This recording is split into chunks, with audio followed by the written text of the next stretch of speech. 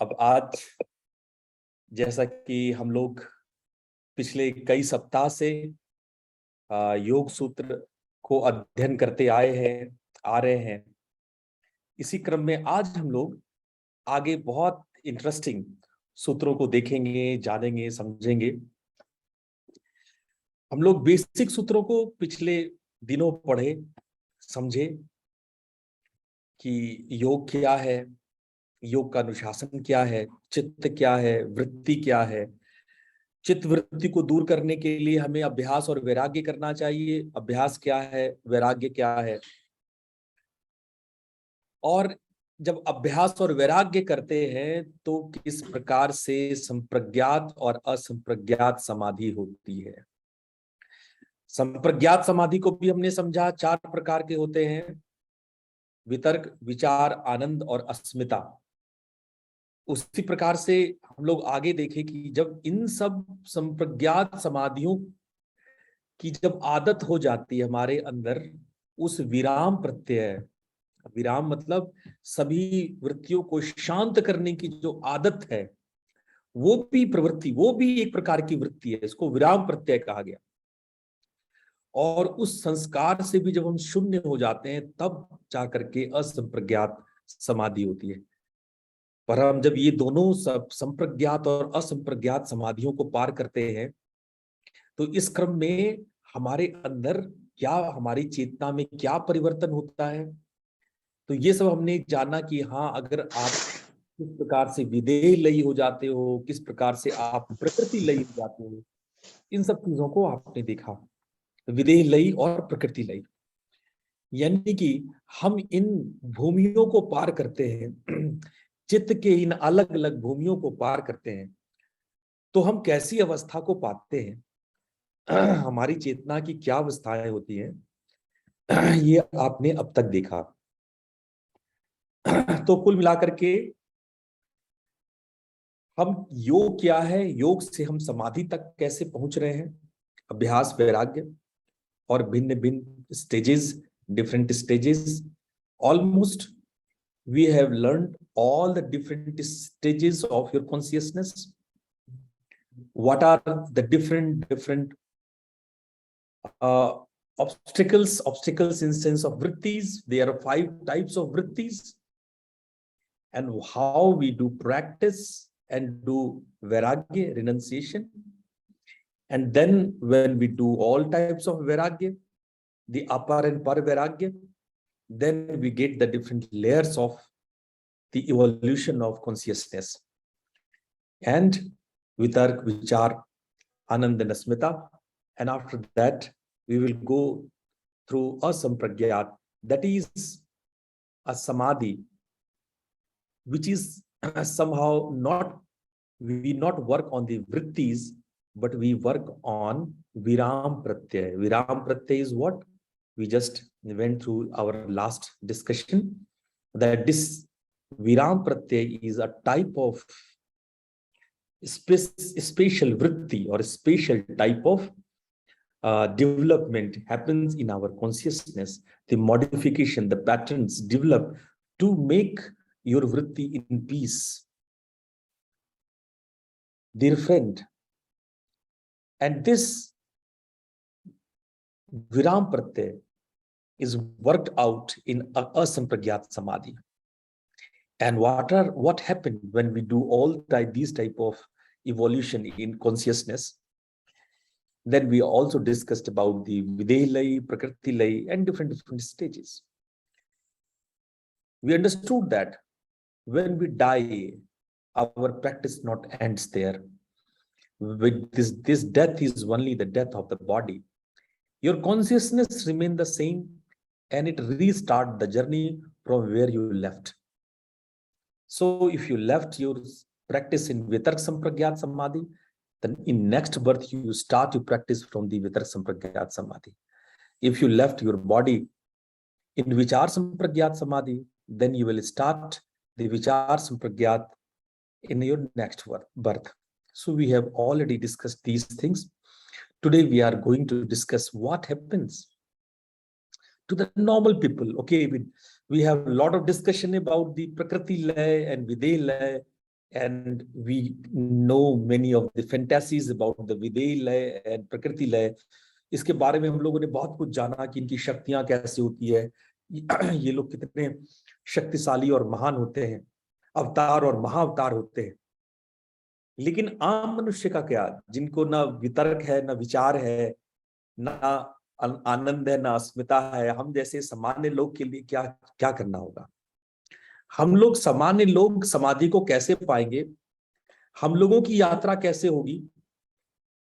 उस अभ्यास के प्रति आज हम लोग चर्चा करेंगे. तो चर्चा करने से पहले हम लोग थोड़ी सी 5 मिनट की साधना करते हैं, थोड़ी सी प्रैक्टिस करते हैं, फिर हम लोग इस पे डिस्कशन करेंगे कि आम आदमी को कैसे और क्या अभ्यास करना, किस तरह से अभ्यास करना चाहिए. तो आप सभी लोग किसी स्थिर और शांत आसन में बैठ जाइए. Sit in any meditative posture. Make your spine erect, head and spine in a straight line.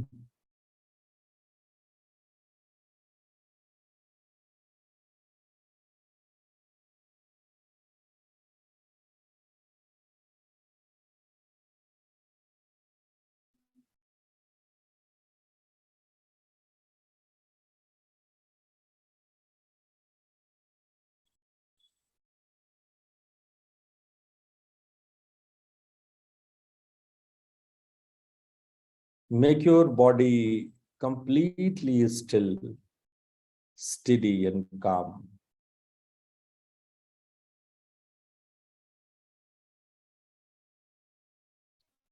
पूरे शरीर को बिल्कुल स्थिर और शांत करते जाइए.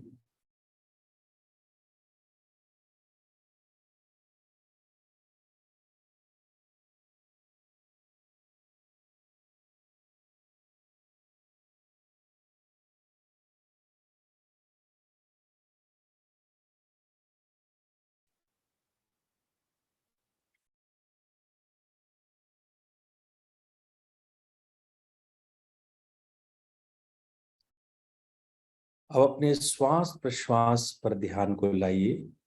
Bring your awareness on your breath.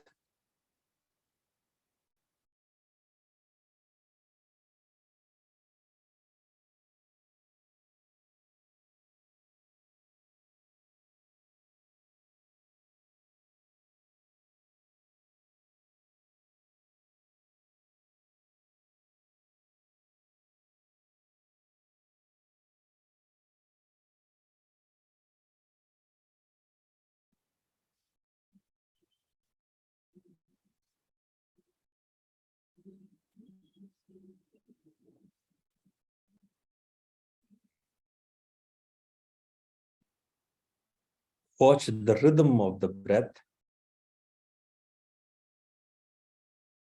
Keep your body completely still and steady. श्वास प्रश्वास के सभी आयामों के प्रति सजग बनिए. ध्यान रहे आपका शरीर बिल्कुल शिथिल और शांत है.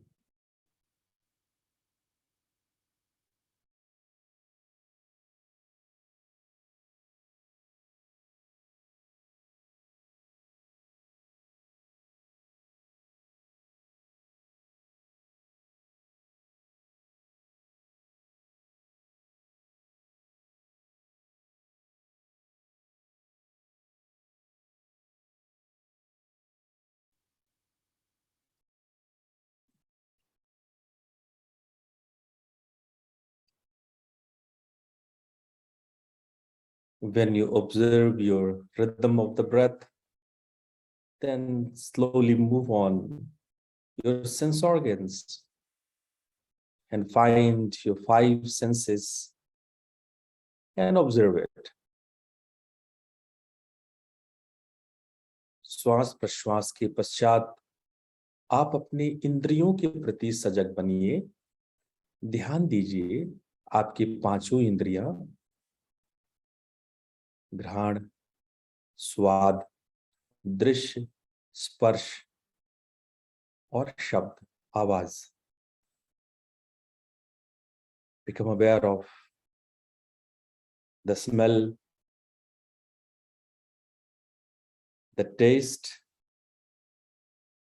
the colors inside you, the touch, and the sounds coming from all around.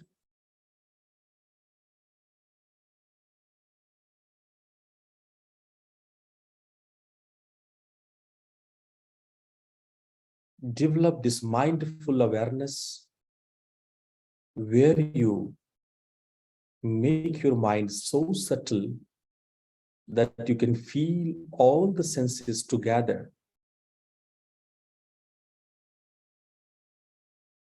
अपनी चेतना को इतना सजग बना लीजिए कि आप पांचों इंद्रियों को एक साथ महसूस कर सकते हो।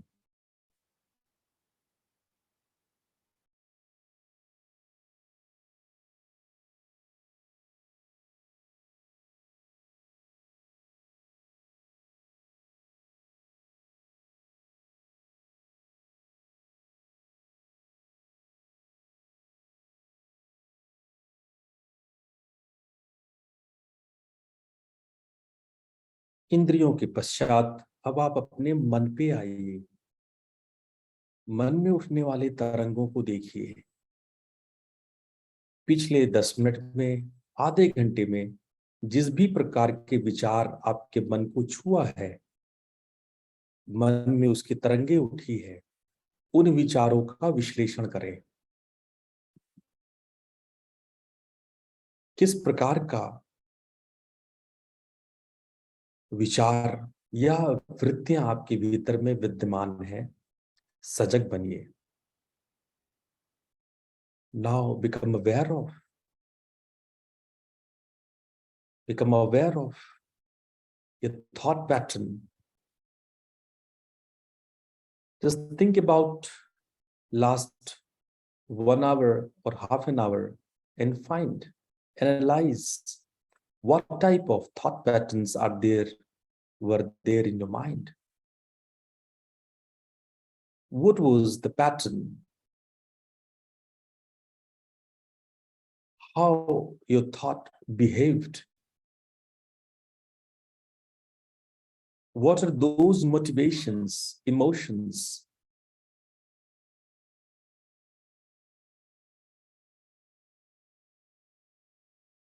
वो कौन सी भावनाएं हैं जो आपके विचार को संप्रेषित कर रही है, प्रभावित करती है? इन विचारों के जड़ में वो कौन सा वर्तमान भाव है जो आपको मोटिवेट करती है कि आप कुछ सोचें और इस प्रकार से सोचें, किस प्रकार से सोचें?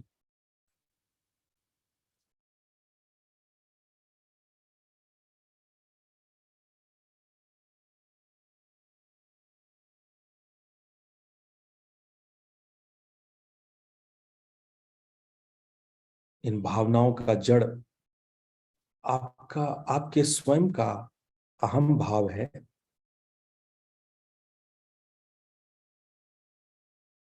सूक्ष्माति सूक्ष्म अहम भाव, चाहे वो सात्विक अहंकार हो, राजसिक अहंकार हो या तामसिक अहंकार हो, यह जननी है उन वृत्तियों के, उन भाव के जो आपके अंदर नाना प्रकार के विचारों को उत्पन्न करता है। In the root of all the patterns, there is a self, the I-ness. We say ahamkara.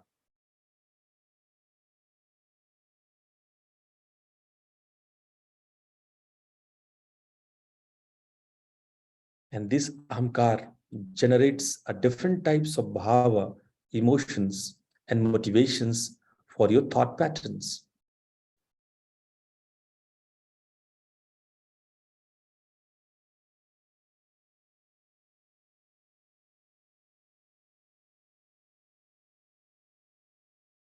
Okay, now bring your awareness to your heart region.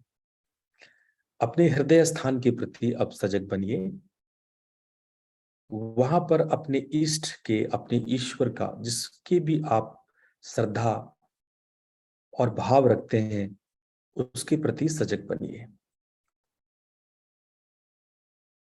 In the heart space, you visualize whomever you believe, your God,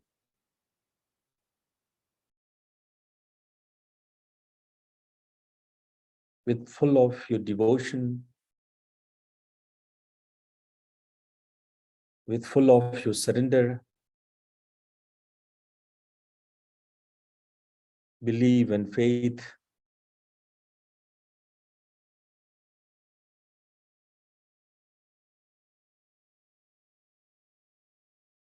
Try to praise Him, adore Him in your heart space. हृदय स्थान में अपने इष्ट को प्रणाम करेंगे, भाव से भरिए, श्रद्धा से भरिए।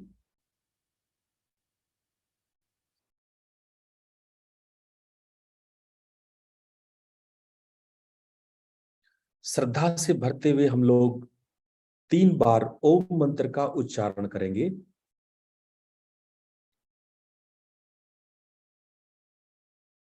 We'll chant Om 3 times. Take deep breath in.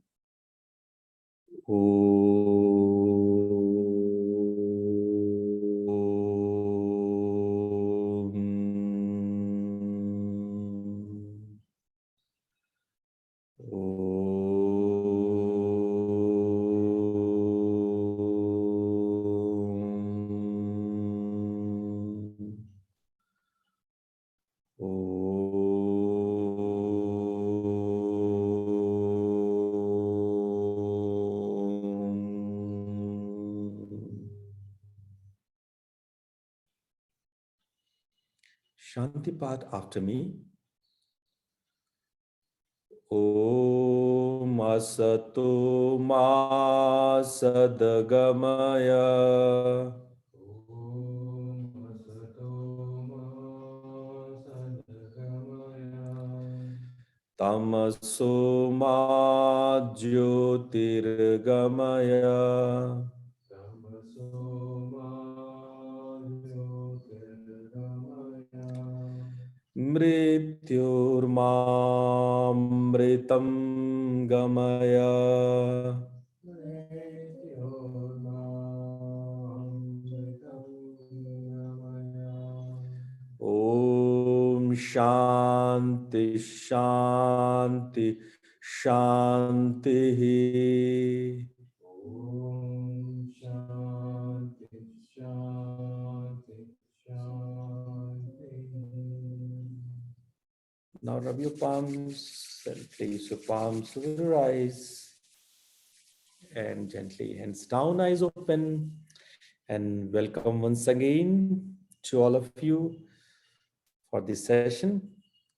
एक बार फिर से स्वागत है आप लोगों का इस सेशन में। तो हम लोग एक बेसिक समझ के साथ आगे हम लोग बढ़ रहे हैं। हम लोगों ने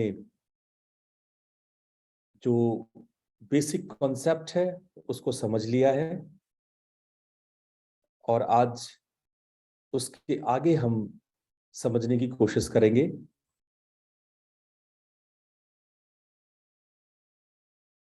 फुल स्क्रीन।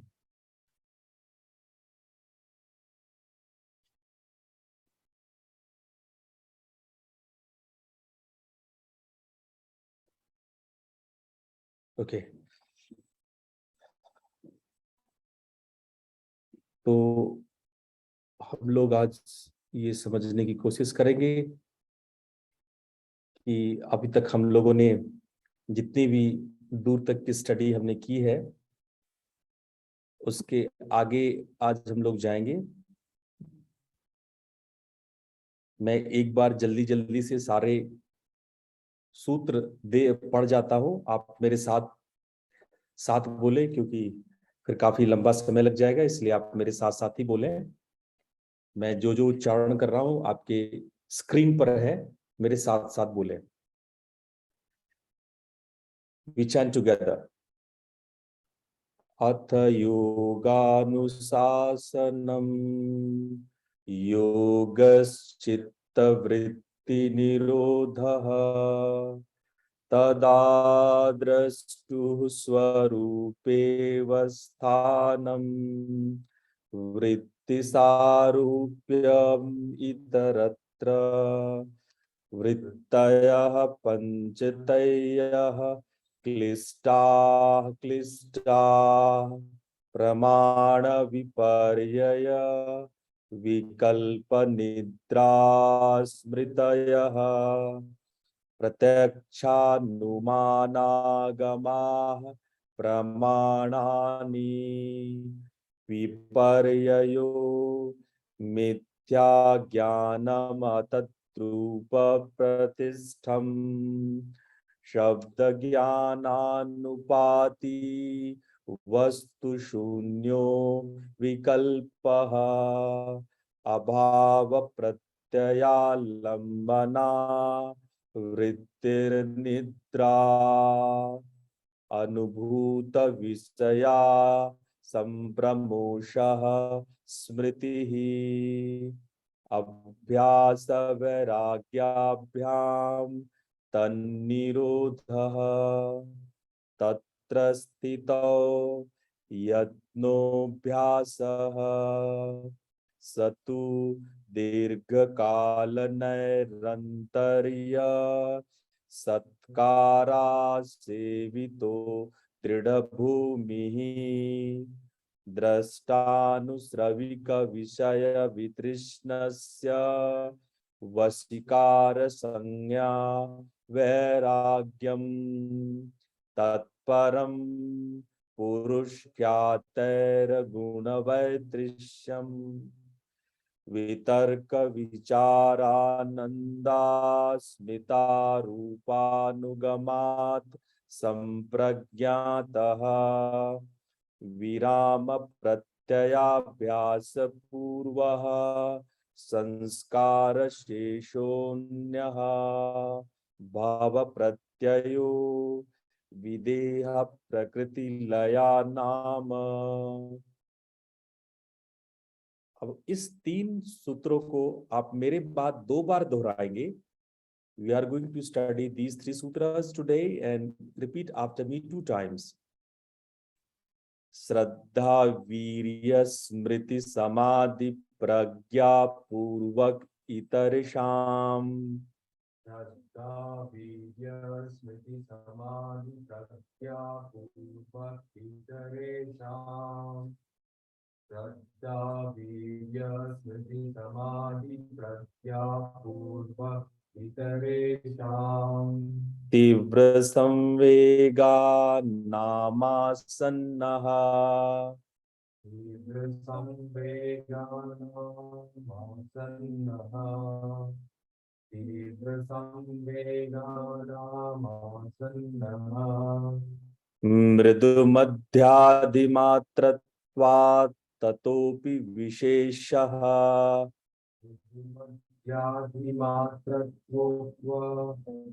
विशेषः मृदुलत्यादिमात्रत्वात् विशेषः। बहुत अच्छा, वेरी गुड। अब हम लोग इस श्लोकों को समझेंगे। Now we are going to understand this sutras.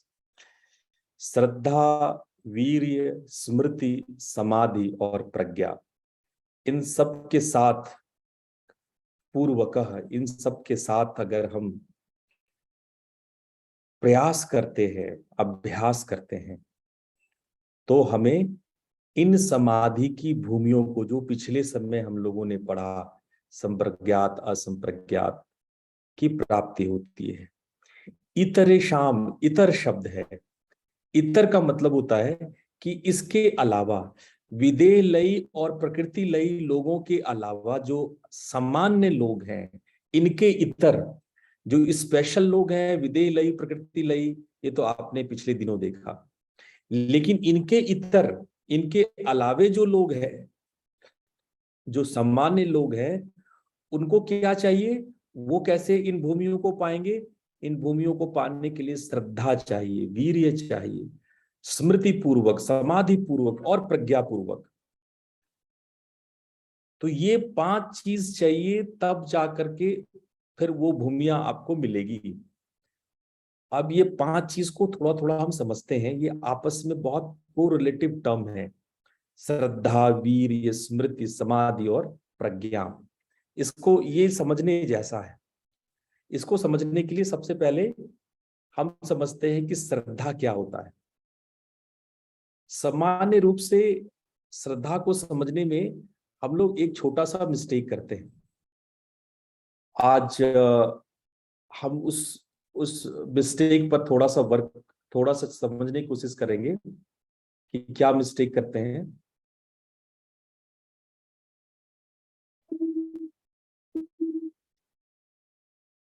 एक मिनट, जरा समय इसको एग्जिट करना। Exit, stop sharing.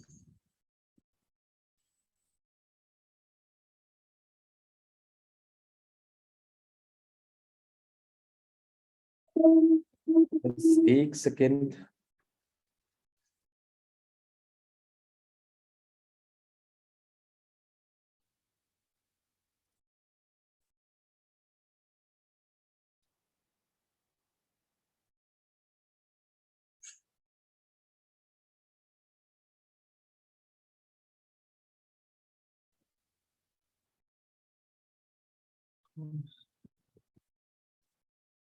Okay okay okay okay. तो इससे पहले कि मैं इसको डिटेल में बताऊं, 2-3 सवाल है जो मैं आप लोग से समझना चाहूंगा, पूछना चाहूंगा, ताकि आप लोग और क्लियर अंडरस्टैंडिंग करें। हम लोग बहुत आराम से कुछ वर्ड्स को यूज करते हैं, श्रद्धा, विश्वास। विश्वास का मतलब होता है जब हम कोई चीज को मानते हैं। आप में से कोई बता सकता है कि श्रद्धा और विश्वास में क्या फर्क है?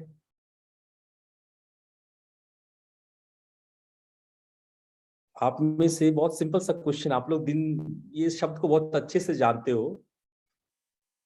क्या इन दोनों शब्द में कोई डिफरेंस कोई बता सकता है कि श्रद्धा क्या होता है और विश्वास क्या होता है? हम लोग बहुत फ्रिक्वेंटली यूज करते हैं कि हमको भगवान के प्रति श्रद्धा है, हम बिलीवर है, हम इस पद को बिलीव करते हैं। तो श्रद्धा और विश्वास में क्या फर्क है? मैं पूछता हूं, आप लोग, बहुत साधारण सा है। सौरभ श्रीवास्तव, ऋषिकेश, क्या आप बता सकते हो अगर मेरी आवाज सुन रहे हो? सौरभ, ऋषिकेश।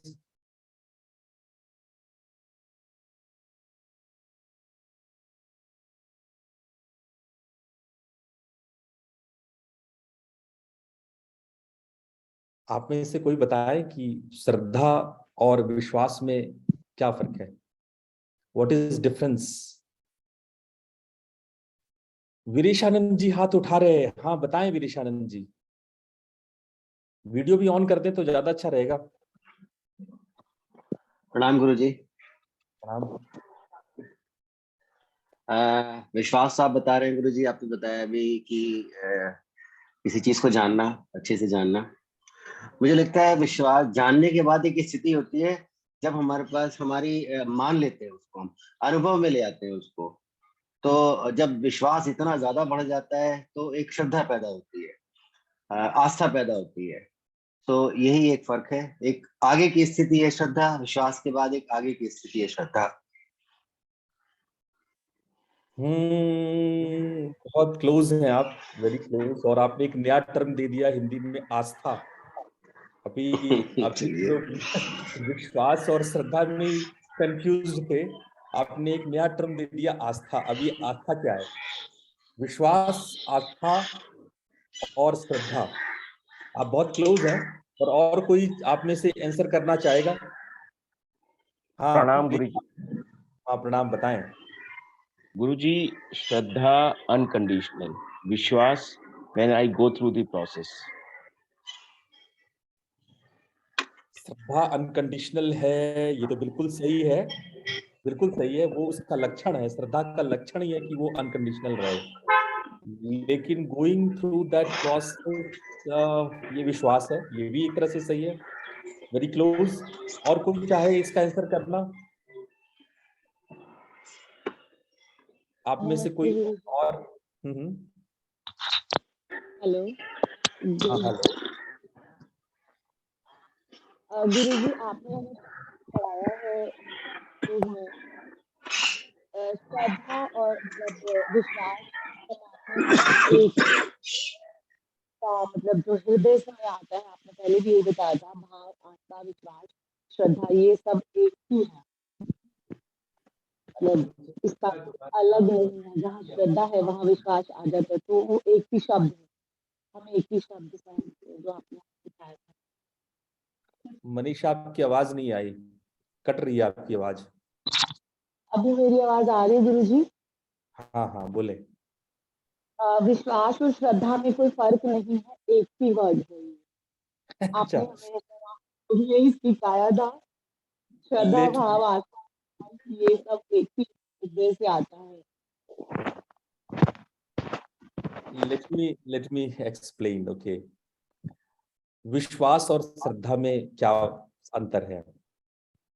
जब हम किसी चीज को, कोई चीज मानने लगते हैं, जैसे कि हम मान लें कि ये एक किताब है, ये एक पुस्तक है, ठीक है। आप ये विश्वास करते हो कि ये एक पुस्तक है। ये क्यों विश्वास करते हो? क्योंकि इसी आकृति की चीज को आप पुस्तक कहते हो। तो विश्वास का अर्थ है कि हम जब किसी चीज को हम ये मानने लगते हैं कि ये चीज यही है। I believe this is a book, you believe, आप वो चीज मानने लगते हो। किसी चीज को मानना, तो कई बार बहुत सारे दार्शनिक सवाल उठा लेते हैं कि जो चीज आप मानते हो वो सत्य भी है।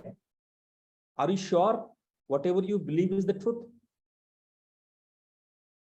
तो मानने में कहीं ना कहीं एक दोष छिपा होता है, क्योंकि ये सिर्फ आपकी मान्यता है, ये आप मान रहे हो, आप जान नहीं रहे हो, आप मान रहे हो। You are not knowing that, you just believe on it. The believing is not knowing. You believe this is a book. अगर आप ये कहते हो कि आप जानते हो कि ये किताब है, तो बात दूसरी हो जाएगी। लेकिन आप कहते हो कि आप मानते हो कि ये किताब है, ये मानी गई बात है। लेट देयर इज एक्स, ये मान्यता है आपकी। हो सकता है कि दूसरे लोग इसको किताब ना बोले, ये आपकी मान्यता हो सकती है। तो मान्यता इंडिविजुअल होता चला जाता है, मान्यता व्यक्तिगत होती चली जाती है। ये आपकी मानी गई बात है, यू बिलीव दैट, आप ऐसा मानते हो कि ऐसा है, आपका ये विश्वास है कि ऐसा है। उस विश्वास के कुछ कारण हो सकते हैं। आप अगर किसी चीज पे विश्वास करते हो तो उस विश्वास के भिन्न भिन्न कारण हो सकते हैं, लेकिन वो एक विश्वास है। आप उस ट्रुथ को नहीं जानते हो, बस आपने विश्वास कर लिया है। और कई बार यही विश्वास अंधविश्वास की ओर ले जाती है, ब्लाइंड फेथ की ओर ले जाती है। अगर विश्वास में जुनून आ जाए, उस विश्वास में आपकी भावना की शक्ति जुड़ जाए, कई बार ऐसे चांसेस आते हैं कि आपका विश्वास अंधविश्वास में बदलने लगता है। तो विश्वास एक मान्यता है कि किसी चीज को आपने कुछ मान लिया हो, तो ये विश्वास है। तो अब श्रद्धा क्या है? श्रद्धा नितांत अलग विषय है। श्रद्धा में आवश्यक है कि विश्वास हो। ये इंपॉर्टेंट है कि अगर आप किसी पे श्रद्धा करते हो तो निश्चित रूप से विश्वास तो करते ही होगे, तभी श्रद्धा आएगा। बिना विश्वास के तो श्रद्धा नहीं आएगा, पहले तो विश्वास तो करना ही पड़ेगा। लेकिन श्रद्धा उससे बहुत अतिरेक है, बहुत अलग है। श्रद्धा क्या है? कि जब आप उसके प्रति नमन करते हो। हम ये मानते हैं कि ये किताब है, लेकिन जरूरी नहीं है मुझे इस किताब में श्रद्धा हो। मुझे मालूम है कि हाँ ठीक है, ऐसी दिखने वाली चीज किताब होती है, बुक होती है, मेरा विश्वास है कि ये बुक है, लेकिन इस बुक के प्रति मेरी श्रद्धा है कोई जरूरी नहीं है। श्रद्धा जब आप किसी जिस पर आप विश्वास करते हो उसके प्रति अगर आपका डिवोशन, आपका समर्पण, आपका नमन, आप भाव से जुड़ते हैं, उसको श्रेष्ठतम मानते हैं, उसके प्रति नतमस्तक होकर के आप उसको श्रेष्ठ मानने के लिए अपने आप को पूरा डिवोट करते हैं। आपके भीतर में प्रणाम, आपके भीतर में नमस्कार, आपके भीतर में वो भाव उठता है कि हम अगले के लिए कुछ भी कर लें, हम अगले के लिए कोई भी भक्ति, कोई भी भाव ले आए। जब अगले के लिए आपकी आंखें नम होने लगे, आपका हृदय विदीर्ण होने लगे, आपका सर झुक जाए, पैरों पर गिरने का मन करने लगे, उसे श्रद्धा कहते हैं। इसलिए श्रद्धा और विश्वास को एक मत मानो। जब कई बार कुछ खास धर्म के लोग कहते हैं कि वी आर द बिलीवर, मेरा एक बार यूरोप में शास्त्रार्थ हो गया, किसी अमुक धर्म, विशिष्ट धर्म वालों ने कहा कि वी आर द बिलीवर्स। तो मैंने यही सवाल किया था कि आप पहले तय करो कि आप विश्वास करते हो कि श्रद्धा करते हो। ये दो अलग अलग विषय है। और विश्वास का क्या है? विश्वास बदला जा सकता है। आज आप कुछ मानते हो, इसके विपरीत तर्क दिए जाए, आपको ये एहसास दिलाया जाए, तो हो सकता है कि किसी दिन आपका विश्वास बदल जाए। विश्वास में संभावनाएं हैं कि बदल जाए, वरना पतंजलि ना वो श्रद्धा की जगह विश्वास लिखे होते, लेकिन पतंजलि ने विश्वास वर्ड नहीं यूज किया, श्रद्धा यूज किया। एक और जगह जहां वो अभ्यास को एक्सप्लेन कर रहे थे, उन्होंने एक वर्ड दिया सत्कार, सतुद्र काल निरंतर सत्कारा सेवित हो, सत्कार के साथ आसेवित किया जाए। सत्कार एक टर्म दिया था, सत्कार।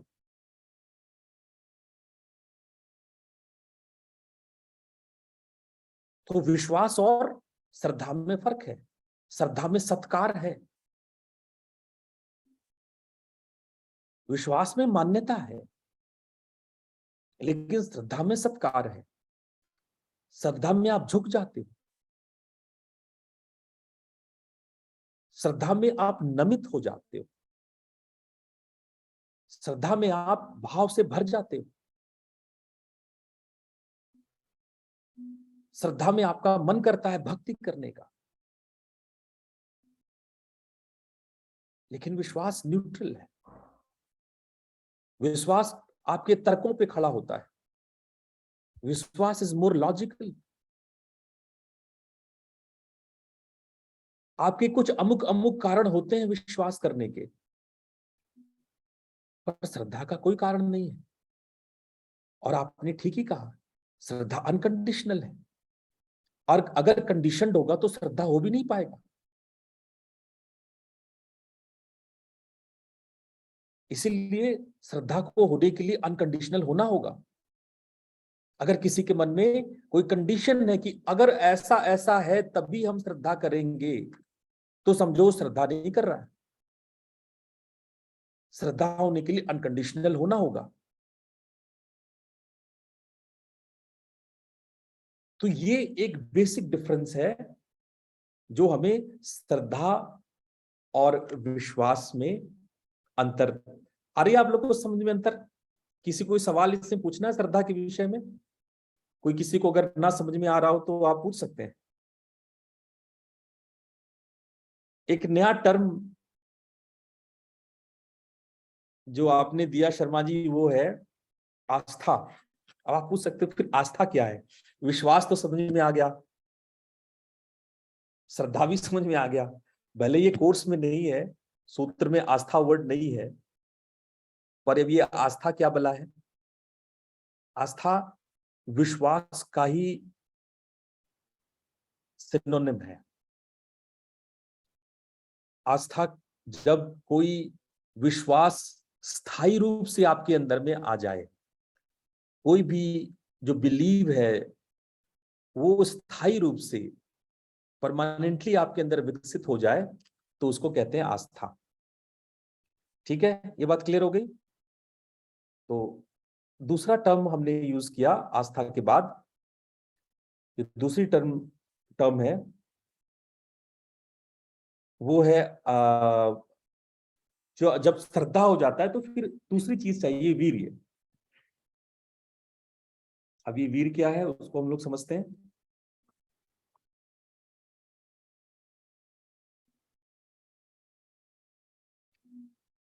वीर्य, वीर का अर्थ है, वीर शब्द का वीर, इससे मिलता जुलता हिंदी में शब्द है वीर। वीर को समझे आप, ज्यादातर लोग वीर को समझते हैं, वीर का मतलब सीमेन, पुरुष का जो सीमेन है उसको लोग वीर समझ लेते हैं। नहीं, गलत। आप उसको शुक्र कहते हैं, सीमेन को शुक्र कहते हैं, वीर नहीं कहते उसको। उसका जो टर्म है वो शुक्र है, और इसीलिए लोग गलत अर्थ लेते हैं वीर का हमेशा। वीर का अर्थ शुक्र नहीं होता है, सीमेन नहीं होता है। वीर, इसका जो क्लोजेस्ट हिंदी वर्ड है वो है वीर, वीरता। हम बहुत वीर हैं, वीर तुम बढ़े चलो, है ना। जो क्लोजेस्ट हिंदी वर्ड है वीर शब्द का वो है वीर। नाम होता है ना बलवीर, है ना। तो वीर शब्द का अर्थ होता है जिसमें साहस हो, जिसमें उत्साह हो। साहस और उत्साह को अगर हम एक शब्द में बोल दें तो उसको कहते हैं वीर। ये बहुत वीर है, वो इतना वीर था कि वो जंग जीत गया, वीर बहादुर।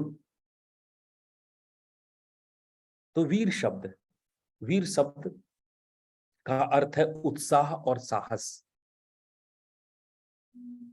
इसीलिए पहले हम लोगों ने कई शब्दों को बड़े गलत तरीके से समझ लिया, व्याख्या कर लिया है, और इस व्याख्या में दुर्भाग्य से बहुत सारे अंग्रेजी राइटर्स हैं जिन्होंने वीर शब्द को हमेशा गलत ही समझा। वीर्यवान, वीर्यवान का अर्थ क्या होता है? वीर्यवान का अर्थ होता है जो साहसी हो, जिसके अंदर जो उत्साह से भरे हो।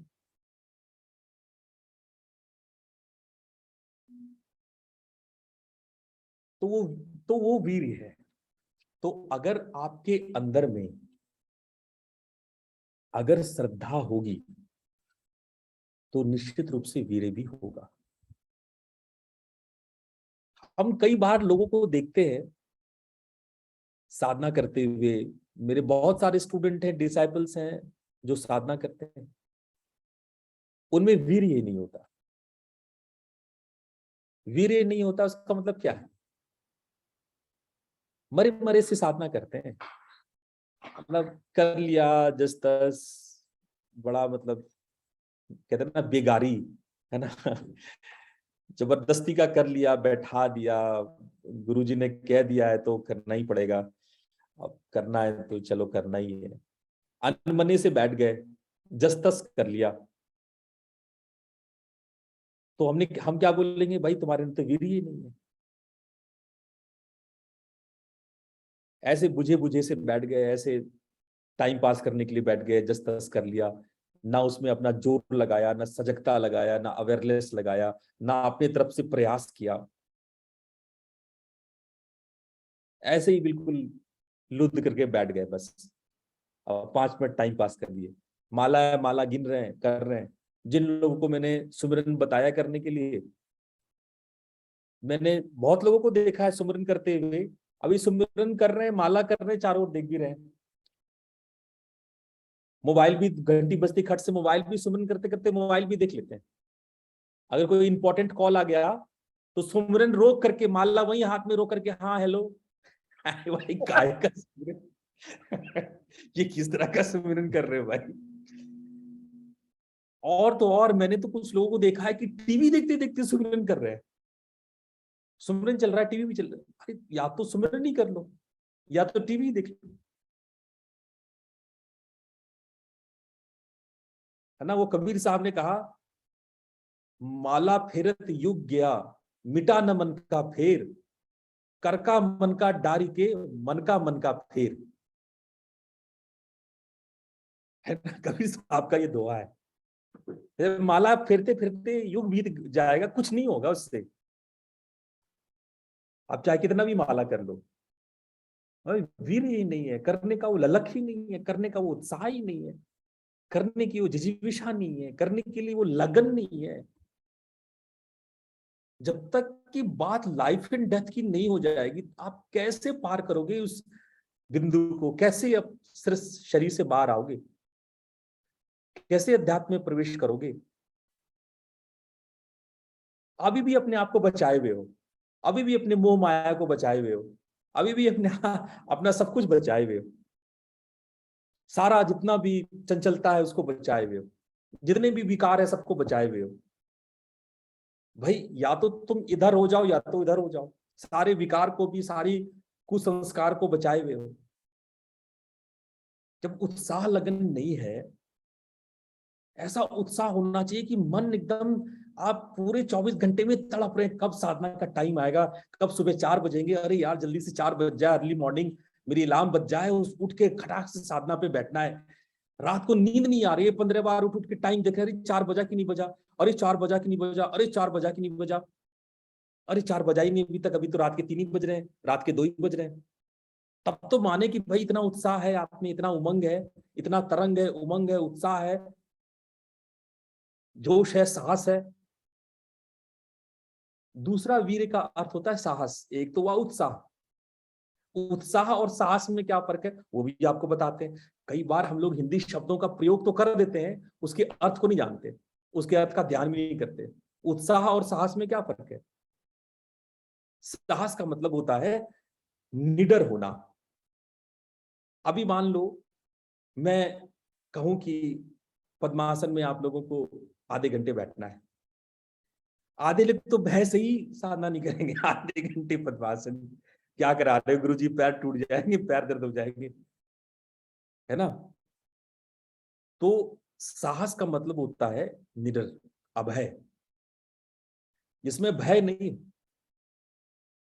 बहुत लोग योग के क्लास में सिर्फ इसलिए नहीं जाते हैं कि बड़े भारी मुश्किल मुश्किल जो है उसमें तपस्या कराया जाएगा, उसमें कभी आगे झुको, पीछे मुड़ो, ऐसे देखो वैसे देखो, प्राणायाम नहीं करते हैं, सांस रोकना पड़ेगा। अरे अगर भयभीत हो तो साधना नहीं कर सकते आप अगर डरपोक हो तो रहो, फिर संसार में ही रहो। साधना जीवट लोगों का काम है, साधना वीर का काम है। जो वीर होते हैं, वीरवान होते हैं, वही साधना करते हैं। डरपोकों के लिए साधना नहीं है, साधना साहसी लोगों के लिए, वीरवान लोगों के लिए है। वो निडरता, वो अभयता, वो उत्साह कि ठीक है, चाहे अग्नि में मुझे चलना पड़े, चाहे कांटों पे मुझे चलना पड़े, चाहे छोड़ के देश निकलना पड़े, और कुछ भी हो जाए हम कर लेंगे। जब वो साहस निकल के सामने आए, ऐसे डरते रहोगे। और कई लोग तो बिना मतलब का डर रहे हैं, इसका कोई सेंस नहीं है। पूछते हैं गुरुजी साधना करें, कहीं अगर संसार छूट गया, बीवी बच्चे छूट गए, अरे बच्चे छूट जाएंगे, क्यों छूट जाएंगे बीवी बच्चे? कहां छोड़ के भाग जाओगे? शरीर तो यही है, संसार में ही है। ये जब आपके ये भय, आप किस बात का भय है आपको? आप सोचो, आप अपने मोह को बचा के रखना चाहते हो, आप अपने संसार को बचा के रखना चाहते हो, आपके अंदर में मोक्ष की प्राप्ति के लिए, मुक्ति की प्राप्ति के लिए, परमात्मा की प्राप्ति के लिए श्रद्धा ही नहीं है, भाव ही नहीं है, तो आप क्या करोगे? अपने मोह को बचा लोगे, अपने संसार को बचा लोगे, आप साहसी नहीं बनोगे, फिर आप में फिर वो साहस नहीं रहेगी, आप डरपोक व्यक्तित्व के हो जाओगे। और डरपोक व्यक्तित्व के लिए याद रहे, साधना नहीं है, साधना डरपोकों के लिए नहीं है, साधना तपस्या है।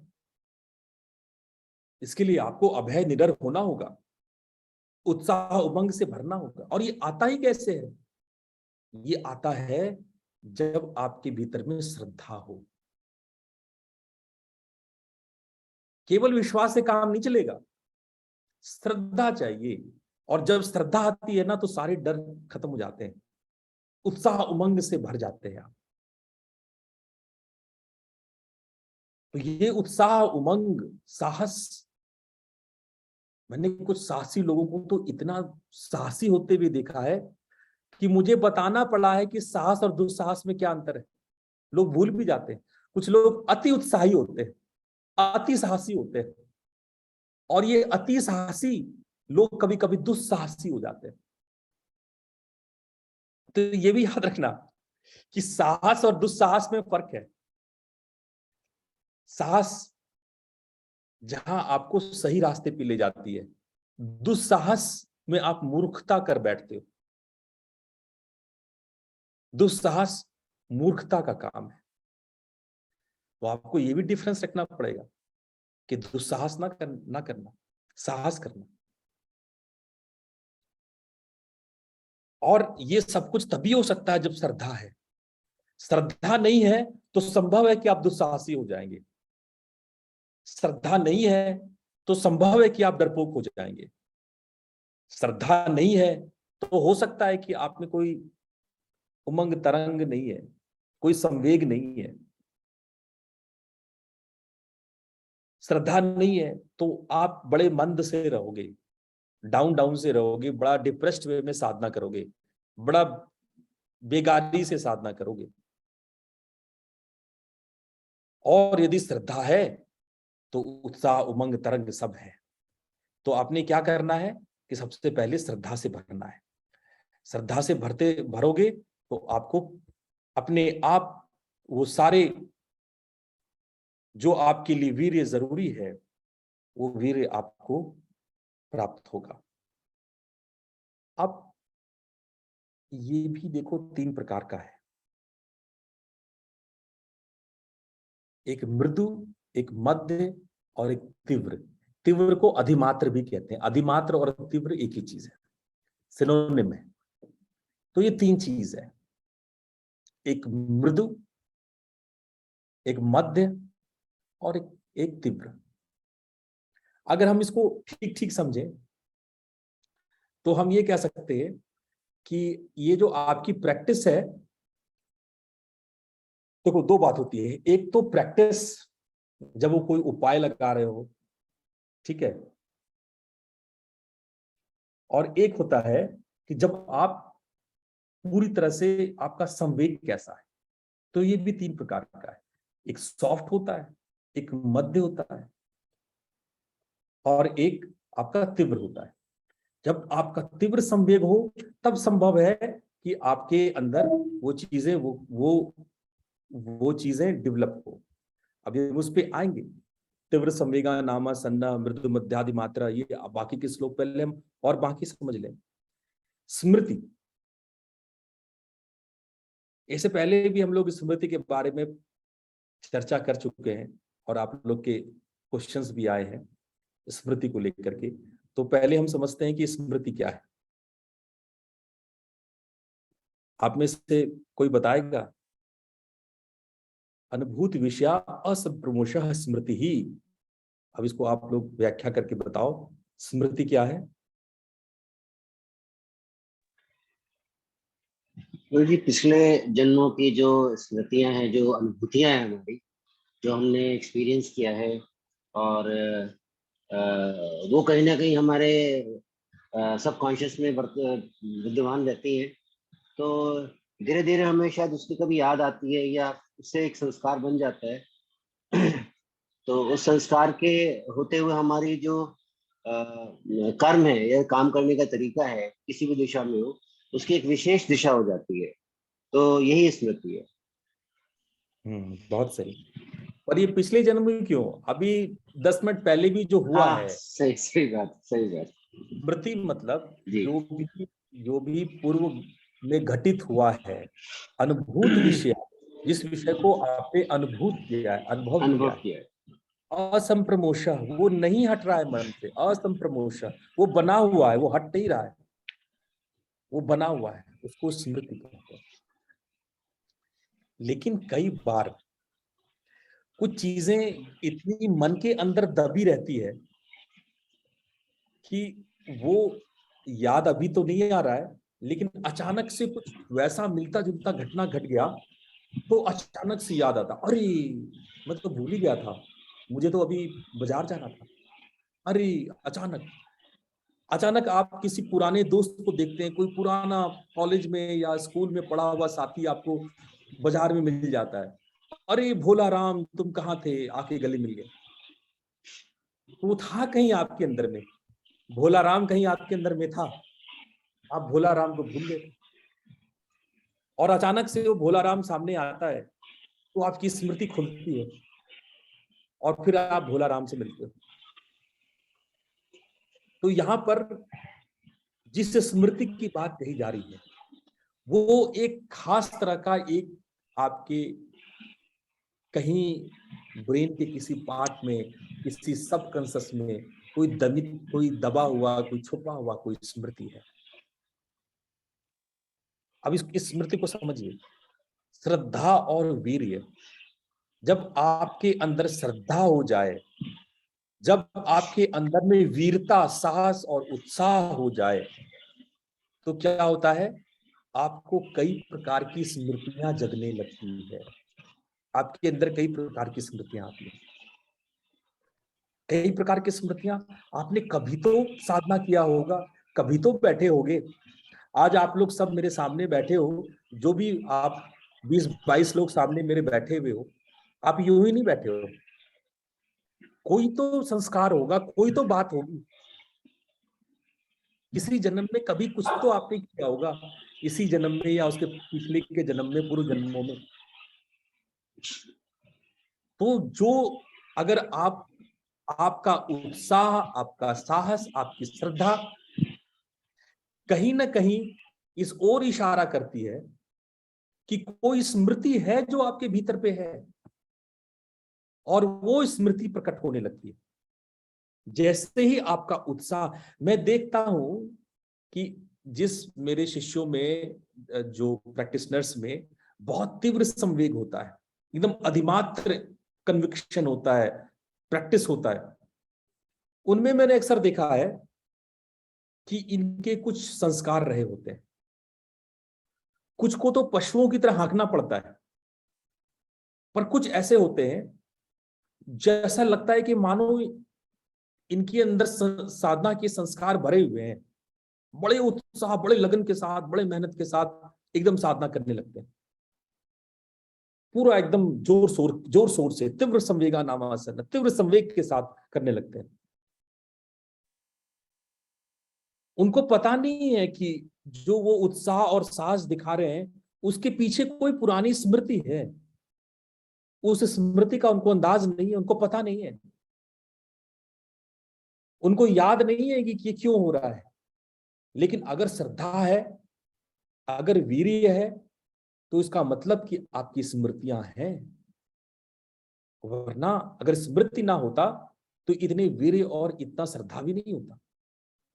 वीर्य और श्रद्धा उन स्मृतियों को जगाते हैं। आप भी हजारों साल से हो, हम भी हजारों साल से। भगवान श्री कृष्ण गीता में यही कहते हैं कि अर्जुन तू भी बहुत हमेशा से था, मैं भी हमेशा से हूं। लेकिन वो स्मृति जब प्रकट होने लगती है, जब आपका वीर्य प्रकट होने लगता है, जब आपका श्रद्धा प्रकट होने लगता है, तो वो स्मृतियां आपका साथ देने लगती है। वो स्मृतियां कहीं ना कहीं भीतर से आपको मोटिवेट करने लगती है वो स्मृतियां कहीं ना कहीं से आपके सामने, आपके समक्ष आने लगता है। और जब वो स्मृतियां आपके समक्ष आती है तो आपको और आनंद, आपको करने में और सुविधा लगने लगती है, आपका बायोरिदम बनने लगता है, आपको आनंद आने लगता है, आपको लगता है कि ये प्रैक्टिस तो हम पहले से जानते थे, ये प्रैक्टिस तो हमने कर रखा है। आपको अंदर से अनुभूति, अंदर से आपको डायरेक्शन मिलता है, आपको आपकी अंतः प्रज्ञा की आवाज आने लगती है, आपकी प्रज्ञा बोलने लगती है कि अब आगे क्या करना है। और इसी को गुरु तत्व को जगाना कहते हैं। यही गुरु तत्व है। जब आपकी प्रज्ञा भीतर से आपको आवाज देने लगे, आपको बताने लगे कि आगे क्या करना है, इसी को गुरु तत्व को जगाना कहते हैं, आज्ञा चक्र को जागृत करना कहते हैं। तो इसके लिए जरूरी है कि आपकी स्मृतियां हो, आपकी स्मृतियां प्रखर हो, आपकी जो सबकॉन्शियस में दबी हुई स्मृतियां थी, जो बनी हुई थी, वो गई नहीं थी, वहीं पे थी कहीं पे, लेकिन चूंकि वो भोला राम सामने आए नहीं था तो आप भूल गए थे, भोला राम को भूल गए थे।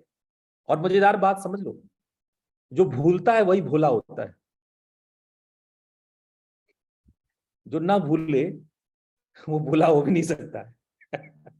इस बात को मैं और कभी समझाऊंगा कि जो भूलता है, अब देखो ना, कोई आदमी भूले ही नहीं, हमेशा अपनी बुरी चीजों को याद रखे कि मेरे साथ अमुक आदमी ने अमुक अमुक बर्ताव किया था, वो भूले ही नहीं, तो भोला कैसे होगा? भोला तो क्षमा कर देता है, लेट इट गो, सब कुछ जाने देता है, अच्छा ठीक है कोई बात नहीं। तो भोला शब्द भी जो है वो भूल शब्द से ही आया है। और पर हम यहाँ बात कर रहे हैं स्मृति की। भोला राम को देखते ही हमारी स्मृति जागृत होती है, हमारे अंदर की भूल का पता लगता है, हमें याद आ जाता है, हम जो भूले थे उस भोला का याद आ जाता है। और ये स्मृति हमारे अंदर कहीं छिपी हुई थी, कहीं दबी हुई थी, और आप भोला राम बने हुए थे।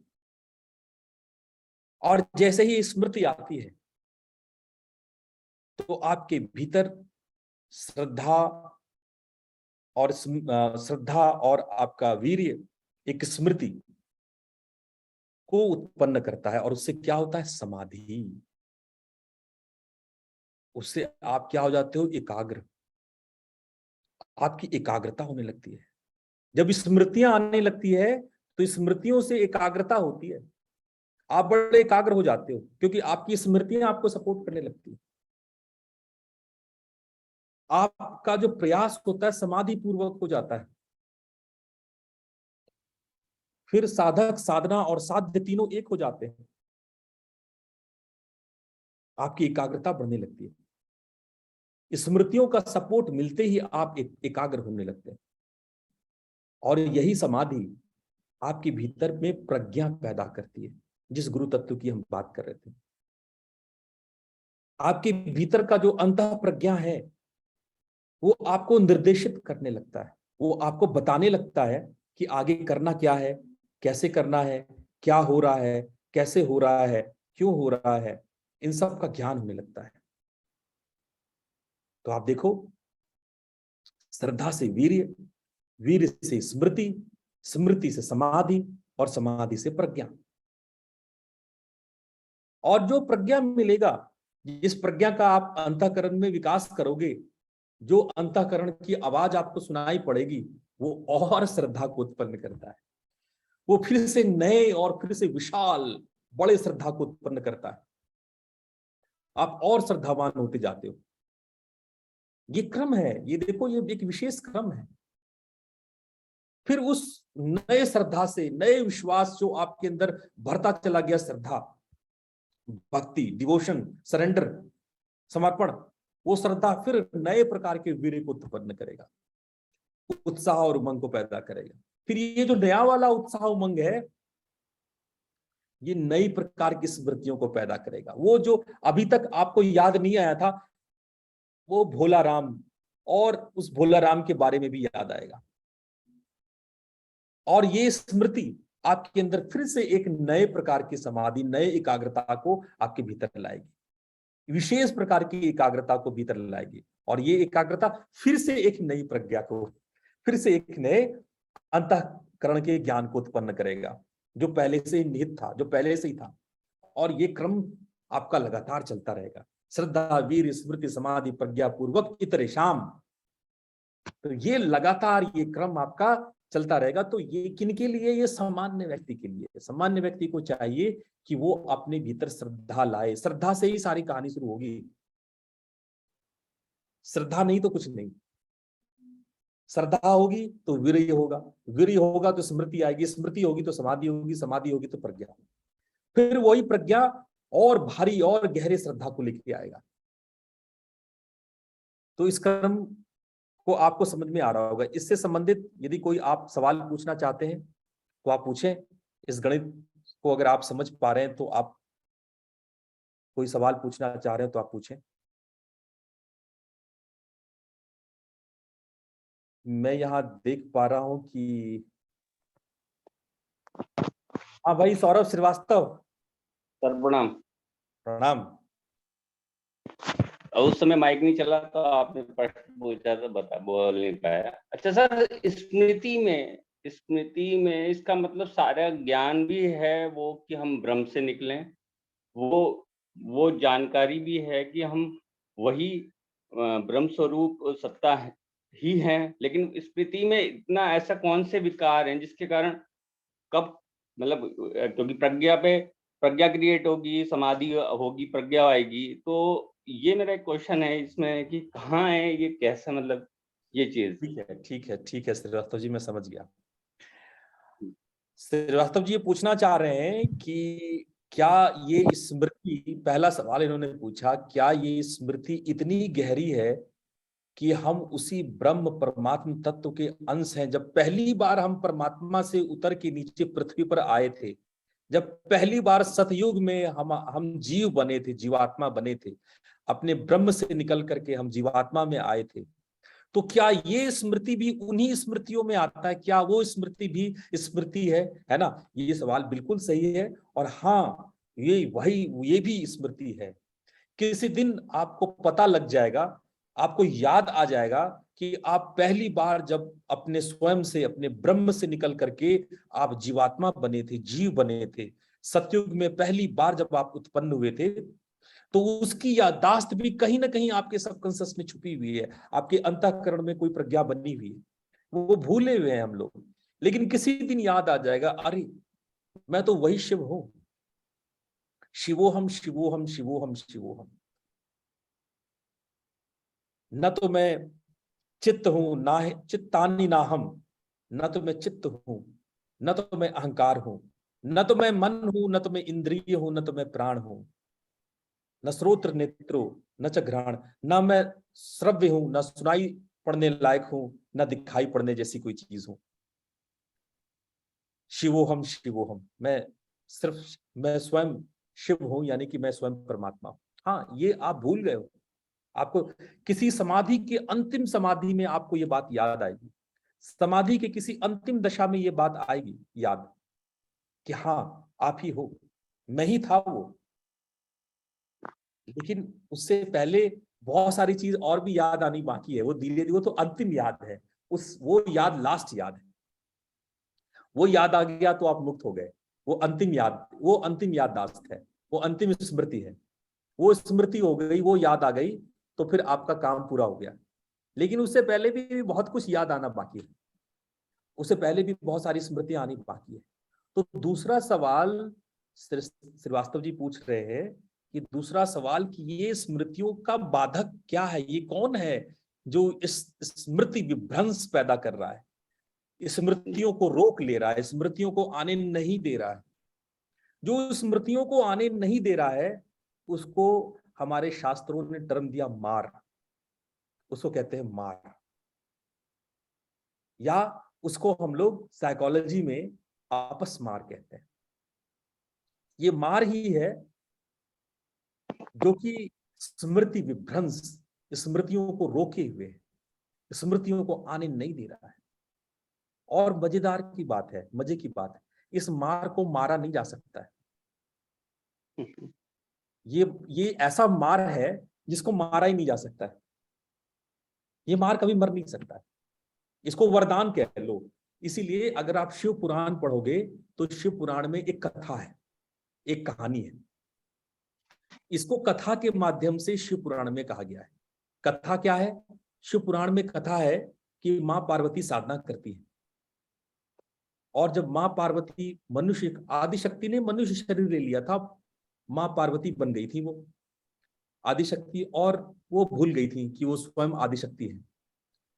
और भगवान शिव से शादी होने के बाद भगवान शिव उसको याद दिलाते हैं कि भगवती आप ही आदिशक्ति हो, और उन्हें याद ही नहीं आ रहा है।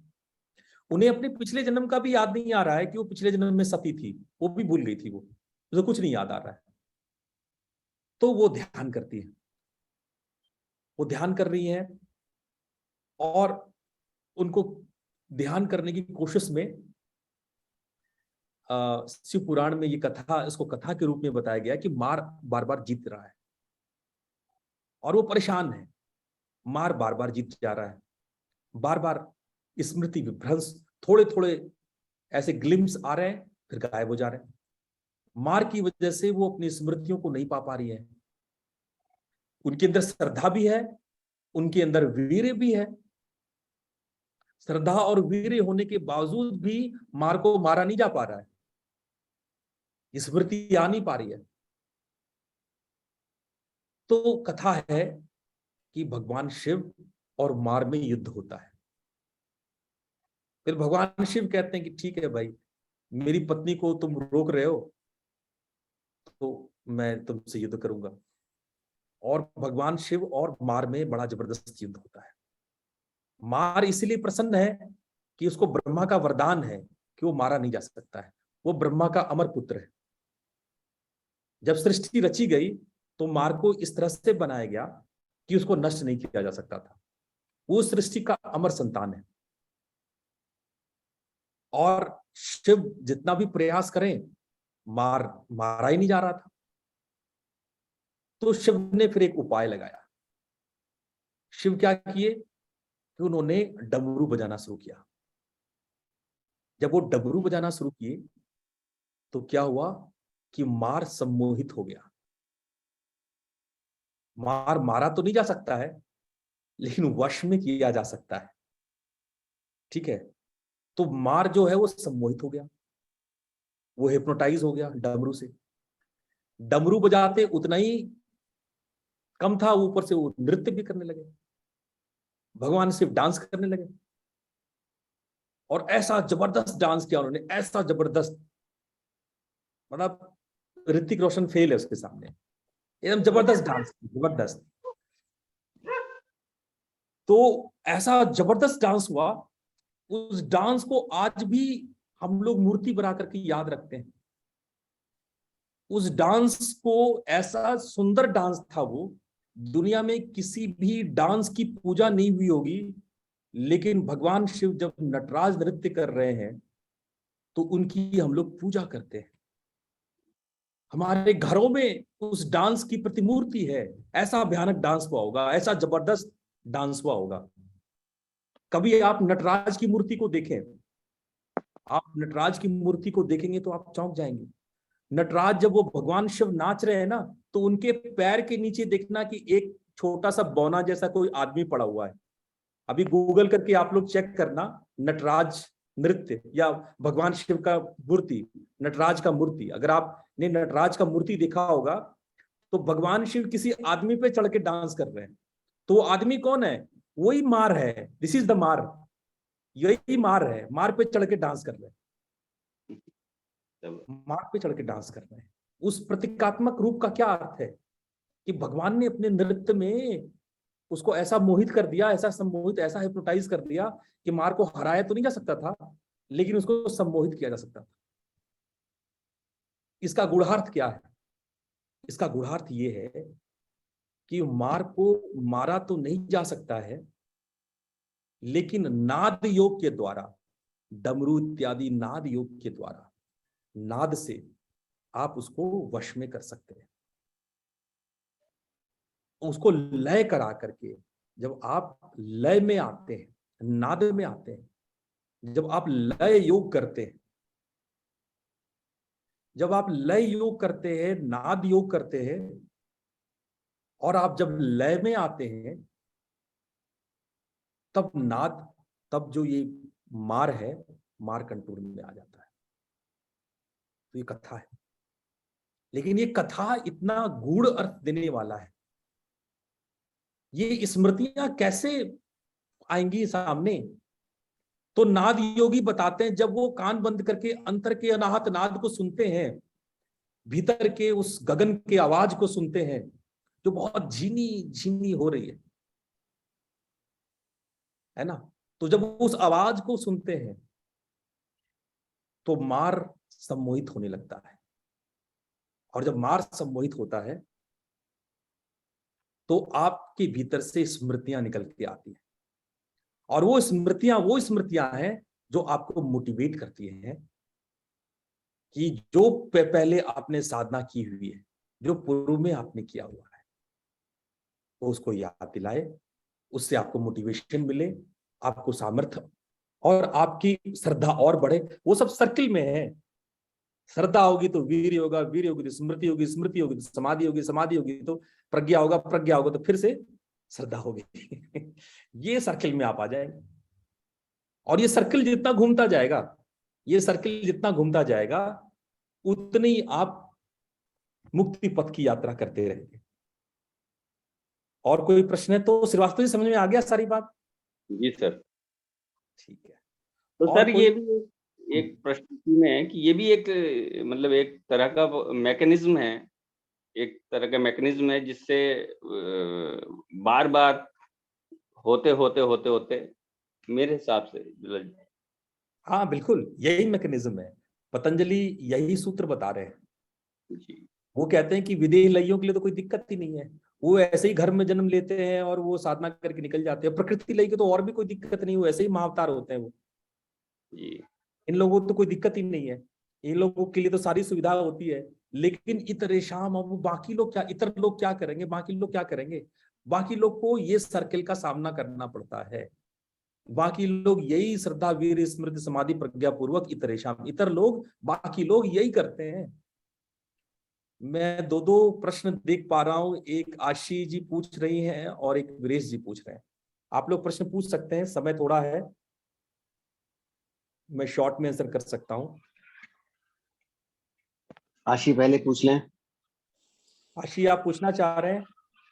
सर वो एक्चुअली जब आप स्मृति एक्सप्लेन कर रहे थे तो आपने इसे एक वृत्ति के रूप में एक्सप्लेन किया था। आपने कहा था कि स्मृति भी एक वृत्ति होती है। जब अब आप एक्सप्लेन कर रहे हो तो आप कहते हो कि स्मृति प्रज्ञा से रिलेटेड है। क्या स्मृति हमारे लिए दोनों लाभदायक और हानिकारक भी होती है? हाँ ठीक है बेटा, बहुत अच्छा सवाल है, बहुत ही अच्छा सवाल है।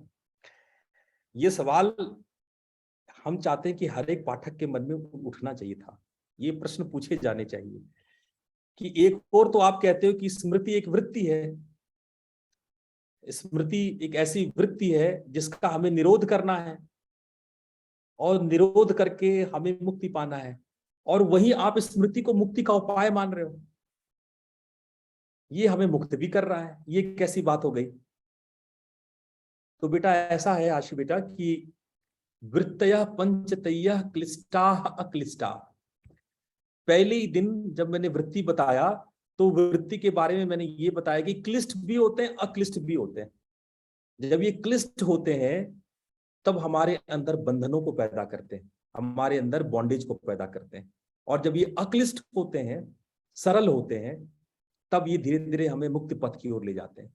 चाहे वो प्रमाण हो, चाहे वो विपर्यय हो, चाहे वो विकल्प हो, चाहे वो निद्रा हो, और चाहे वो स्मृति हो।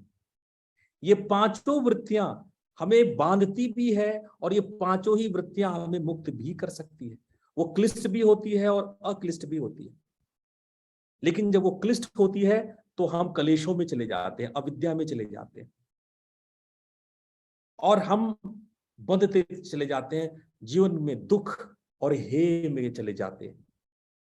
और जैसे ही वो अक्लिष्ट होता है वैसे ही हम धीरे धीरे मुक्त होते चले जाते हैं। और स्मृति वो पांचों वृत्तियों में वो सबसे शक्तिशाली वृत्ति है जो हमें मुक्ति पथ के रास्ते को बस स्मृति हो जाने से याद करा सकती है। अगर मुझे याद आ जाए कि पिछले जन्म में हमने कौन सी साधना कैसे और क्या अनुभव किया था, तो सोचो कितना मोटिवेशन मिलेगा, मेरे अंदर कितना उत्साह आएगा, कितना उमंग आएगा, कितना जुनून आएगा, मेरा वीर्य कितना बढ़ जाएगा, मेरे अंदर में कितना संवेग आ जाएगा। एक स्मृति कितने सारे संवेगों को उत्पन्न कर सकती है। तो स्मृति इसीलिए क्लिष्ट भी है बेटा और अक्लिष्ट भी है। ठीक है, बात समझ में आ गई? जी सर। अब वीरेश जी आप पूछें। गुरु जी, मेरा सवाल ये है कि जैसे पहली बार जब जीव परमात्मा से ब्रह्मा से अलग होता है, तो अहंकार तो काफी देर के बाद आता है। उससे पहले मैं, महातत्व है और चित्त है, और अहंकार आता है, उसके बाद मात्राएं आती है, पंचभूत आता है, एक आकार आता है, तो मेरा प्रश्न ये है गुरु जी कि जब पहली बार जब जीव अलग होता है तो उसका स्वरूप क्या होता है? जब पहली बार अलग होता है तो वो प्रकृति अनमैनिफेस्ट होता है, उसकी प्रकृति अनमैनिफेस्ट होती है। अब इसको ऐसे समझो आप, ये ऐसा प्रकृति और पुरुष ये दो सत्ताएं हैं, लेकिन ये दो सत्ताएं आने से पहले, ये दो सत्ताएं आने से पहले भी कई फॉर्मेट में होकर के ये पुरुष और प्रकृति के रूप में आई। इसको हम तांत्रिक भाषा में कहते हैं, जब शिव चिर निद्रा में है और उनके अंदर में विमर्श या आनंद उत्पन्न होता है, या यूं कहे कि उसके अंदर शक्ति अतिरेक में होती है, वो चिर अवस्था में पड़े हैं, उनको कोई जरूरत नहीं है सृष्टि बनाने की, वो आनंद में है, शिव अपने स्वरूप में है, अपने स्वरूप में अवस्थित है। लेकिन उनके भीतर की जो शक्ति है वो स्थिर नहीं है, वो कभी स्फुटित, कभी अस्फुटित, कभी संवेग में और कभी विश्राम में, वो हमेशा गतिमान होती है। अगर वो शक्ति अतिरेक में हो जाए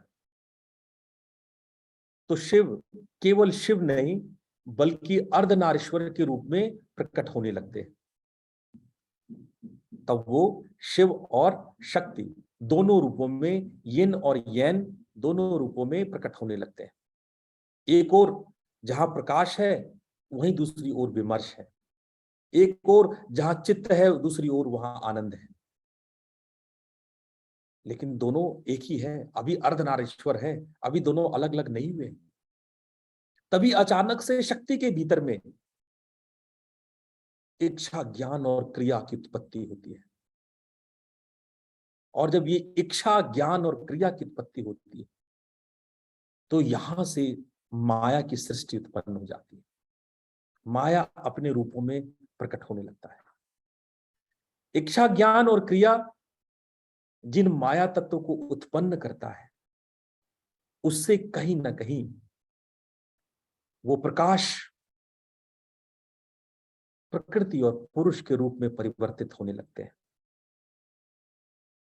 प्रकृति तो अनमैनिफेस्ट होती है, लेकिन पुरुष एक से कई भिन्न भिन्न रूपों में, कई पुरुषों में बदलता जाता है।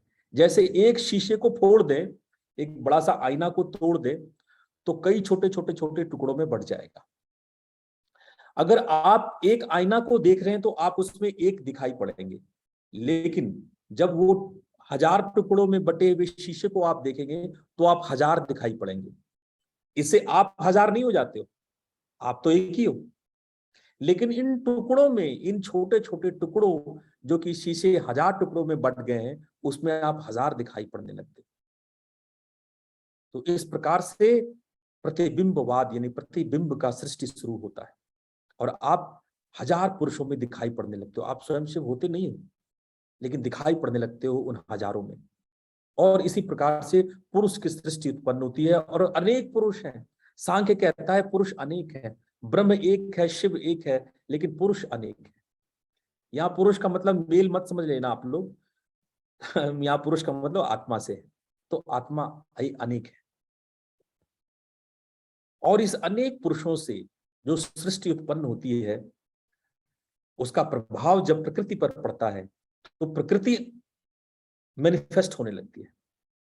प्रकृति में सत्व की उत्पत्ति होने लगती है, प्रकृति का मैनिफेस्टेशन महतत्व में आने लगती है, महतत्व अहंकार में, और अहंकार सात्विक, राजसिक, तामसिक में बंटने लगता है। तामसिक अहंकार से जहां तन्मात्रा और महाभूतों की उत्पत्ति होती है, वहीं सात्विक अहंकार से मन और इंद्रियों की, और धीरे धीरे धीरे जीवात्मा फंसता, बंधन में फंसता चला जाता है। तो ये एक सृष्टि का क्रम है, और ये सारा स्पंदन सिर्फ और सिर्फ शक्ति के अतिरेक होने से हुआ। इसलिए इस सृष्टि की जननी मां भगवती है, मां अंबा है। वो जगत जननी मां भवानी ने इस पूरे भवसागर को उत्पन्न किया है, और इसकी समाप्ति भी उनके ही द्वारा होती है। जब हम अपने प्राण को फोकस करके ऊर्ध्व करते हैं, एकाग्र होकर के हम अपने प्राण को अपने भिन्न भिन्न चक्रों के माध्यम से ऊपर उठाते हैं, गगन में प्रवेश करते हैं, नादात्मिका शक्ति यानी उस स्पंदन शक्ति के प्रति हम सजग होते हैं, तब धीरे धीरे भवानी के इस भव्य रूप का साक्षात्कार होता है, और हमें लगता है कि ये पूरी सृष्टि मैं ही तो था, मैं ही तो हूं, और धीरे धीरे स्वयं के शिव होने का भान होता है। तब वो भोला राम का पता लगता है, और लगता है अरे यार मैं ही तो शिव था। तो ये पूरी कहानी है, समझ रहे हैं वीरेश जी? बहुत बहुत धन्यवाद गुरु जी। चलिए आज इतना ही। आप लोग इतने प्यार से, इतने भाव से, इतने श्रद्धा से मेरी बातें सुनी, आप लोगों का धन्यवाद, प्रणाम।